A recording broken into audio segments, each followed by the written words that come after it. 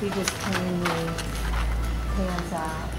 The guy that was sharpening his knife over there, he was pickled. It took our brickyard a day and a half to build this oven, and most of it was just hurry up and wait. So you can do it rather quickly. And that allows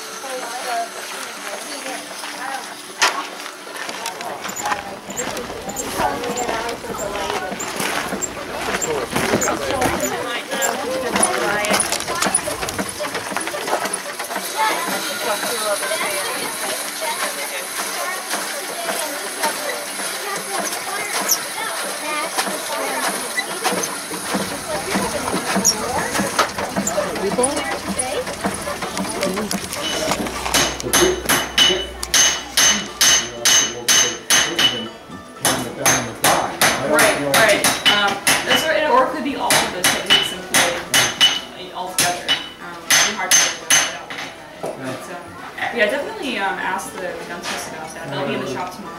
Oh. We gotta head out. I don't know. Have you done much on that, Steve? Have you think on the pan? To add to that? Yeah, as far as that. I got a 17 I've actually seen some of their dovetail in and their dovetail in there. Yeah, I was doing a historical reenactment before. I was doing this as a hobby before. Oh, really?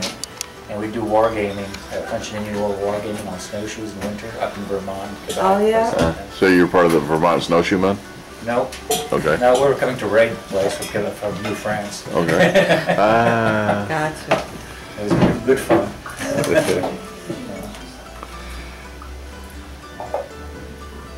Yeah, we do it, but 1750s stuff. Yeah, that's what I'm into. His period.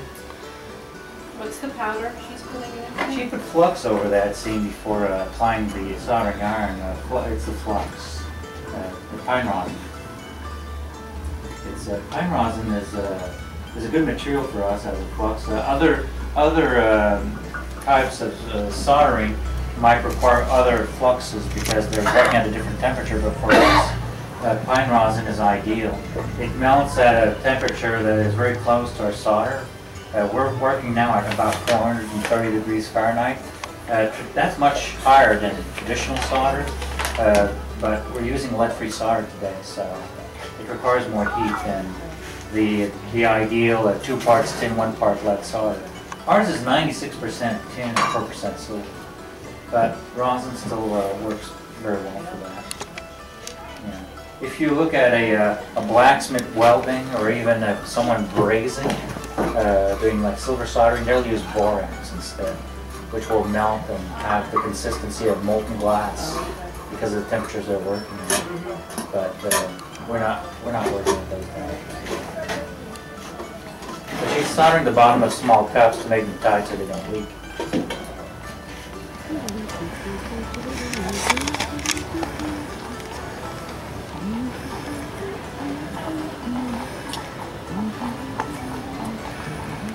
They have the vegetables.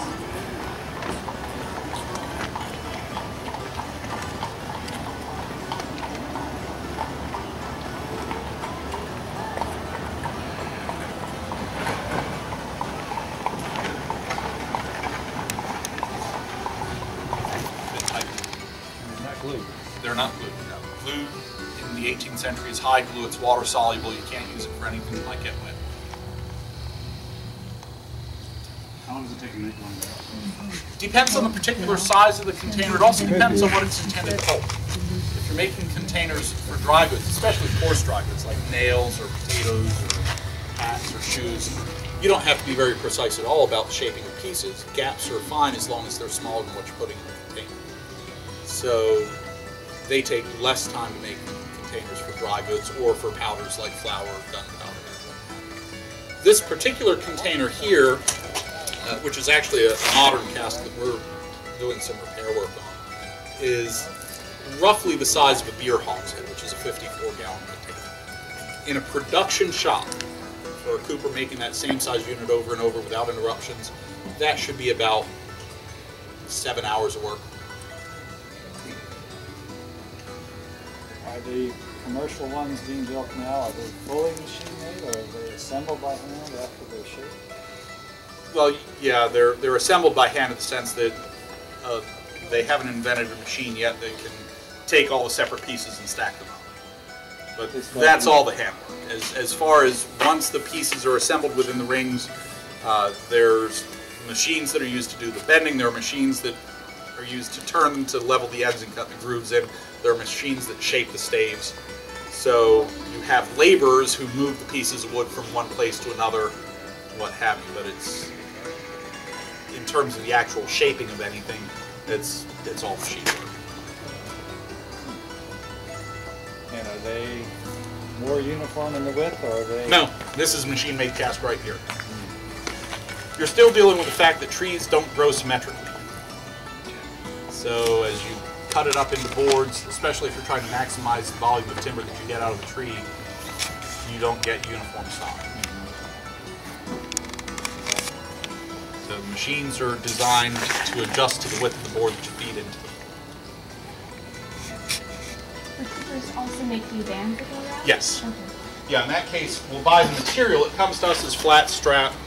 This is an offcut. The initial length, in the case of the material that we get today, is 8-foot lengths. And the 18th century, 12 feet seems to have been more common. But we'll just get the long strap, and we bend it into shape. And where the two ends overlap, rivet it together. The rivet will actually punch its own hole. It's all done cold. There's no heating or forging required.